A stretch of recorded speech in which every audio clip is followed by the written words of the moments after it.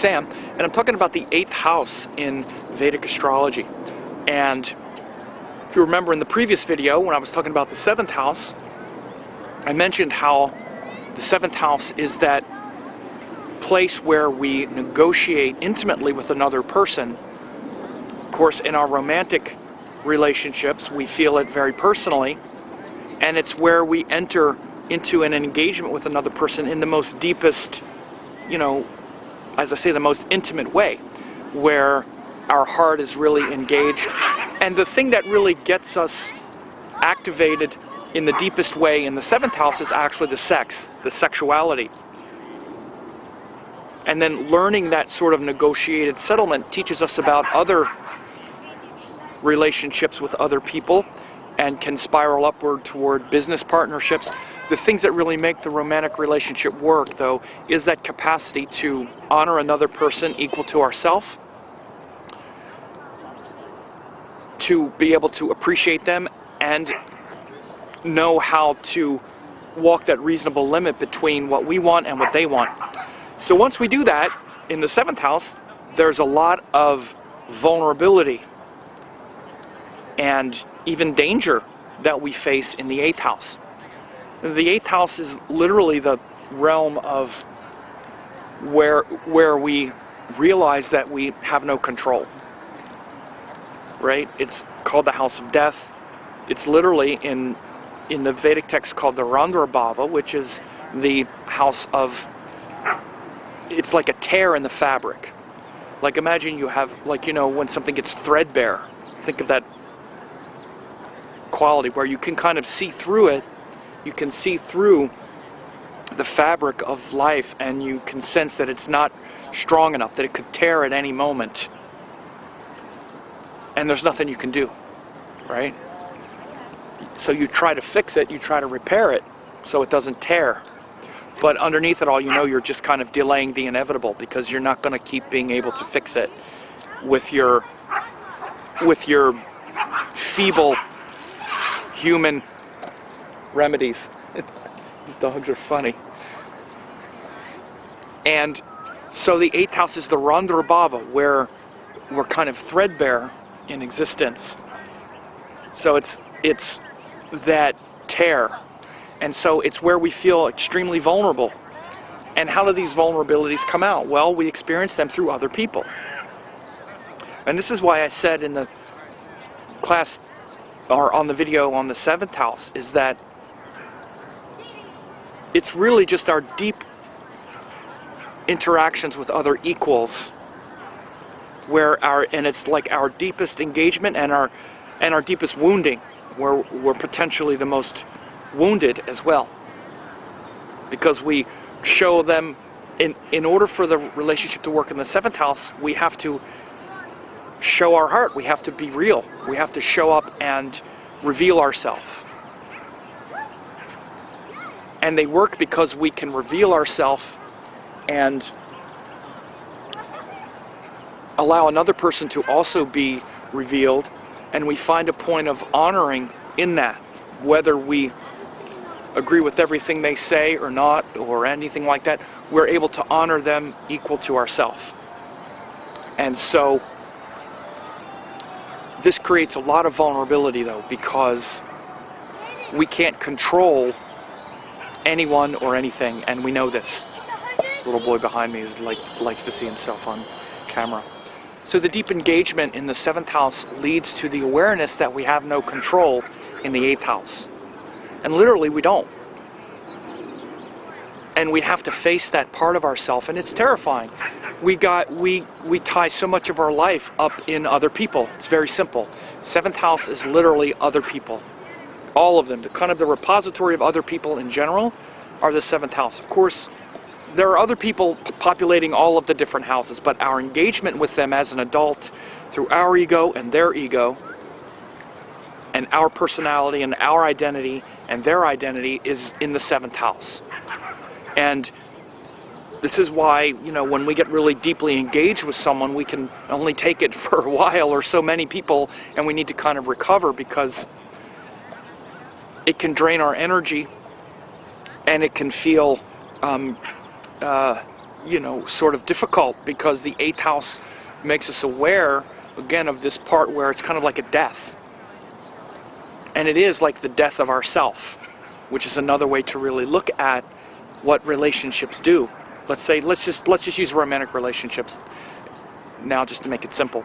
But the romantic relationship is going to be like a death of yourself, of your true self, not even of your ego necessarily, but of your true self as well. You're not going to be able to stay the same and have a relationship work. It's going to change you. It's going to destroy your identity on some level, or at least a part of it, and it's going to do it very quickly. You're going to have to change some part of yourself. It's going to be very quick. You're not going to be able to control it or what it is. It's going to control you. It's going to pull you in this sphere where you're going to be like ahead of yourself and not sure where things are going. And it's also quite dangerous. I mean, it's literally dangerous. And again, we don't like to think of things like this, but I like to keep it real. But when we get intimately involved with someone, it's literally dangerous. I mean, even to our life.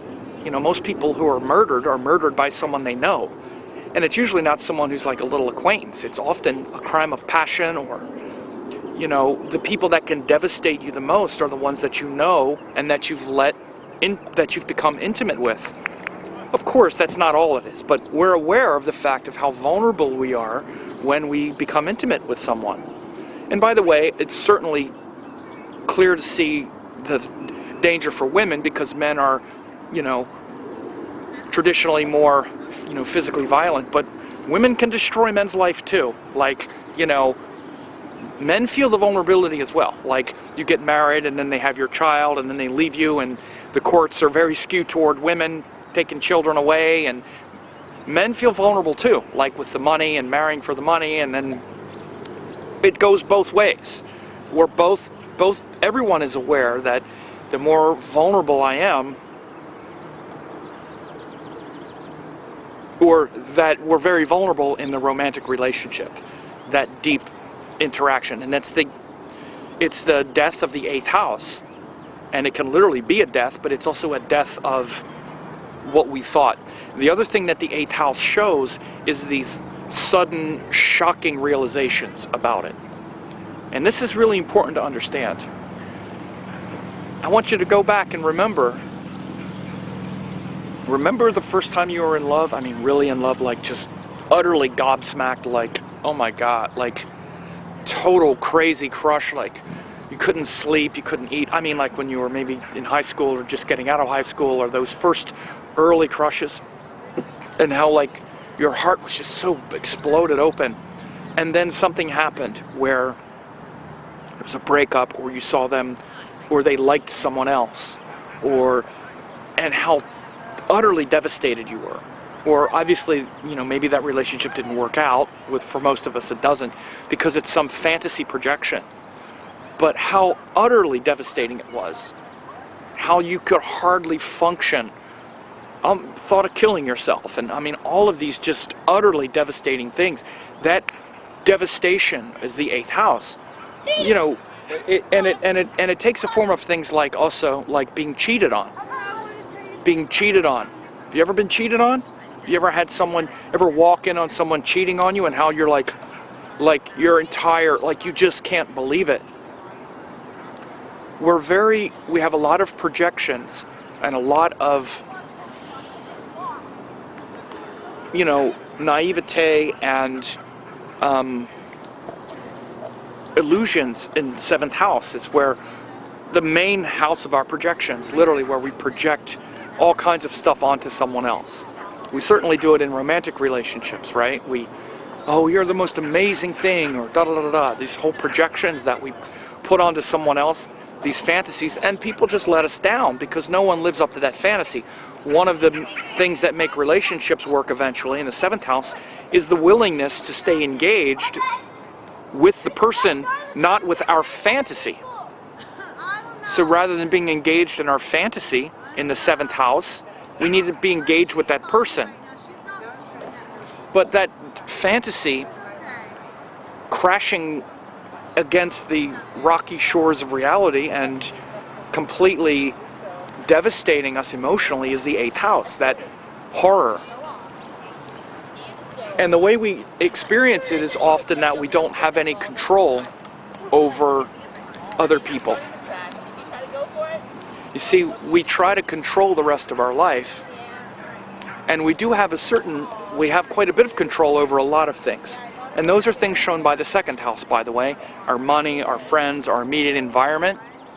But the 8th house is opposite, where we have absolutely no control over, or where we realize that ultimately we have no control.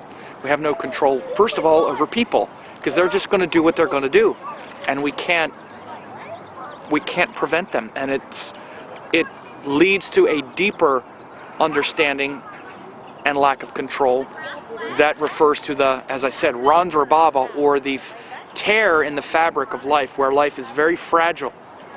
And this deep look from the 8th house, it's where other people and all of those attachments and those desires that get us engaged with other people in the 7th house leads to this terrifying realization that we have no control. Everyone is going to die. We're going to die. This death, that's why it's the 8th house is the house of death. It's where we learn it. And again, you can even just notice where we learn about death by other people dying. Somebody dies and all of a sudden it's like, wow, I'm going to die too. But that's not all. It's not just other people dying. It's relationships dying. It's the devastation of our fantasies dying, and us getting transformed and destroyed in the process. So this destruction and this realization of our vulnerability and our inability to control things in the 8th house leads us to the great teachings and wisdom of the 9th house. So the 8th house exists between other people, in romantic relationship and in deep engagement, and higher teachings, gurus, spiritual wisdom, and all of that in the 9th house. So we need to transform the idea that some person in a relationship is going to be the meaning of our life. And the way we destroy that is through the devastation of the 8th house, and that focuses us and shows us the truth of what has to be the meaning of our life and the higher point of our life in the 9th house. So this is why the 8th house is so powerful, because when we face that devastation and that loss of control, it gives us a focal point and a hard realization that we need to understand these delusions in life, and we need to wake up from the perpetual delusion of other people, and that fantasy projection that, oh, I have a lot of people around me. One day I'll be happy if I just meet the one, or the ones, or the life that we imagine is surrounded with the one and the people. And the 8th house says, you need to get over it. Yeah, you can have a person, you can have a relationship, you can have that, but it's not going to solve the problem. You're going to die, they're going to die, you can't control it. You need to learn the nature of self and the nature of life.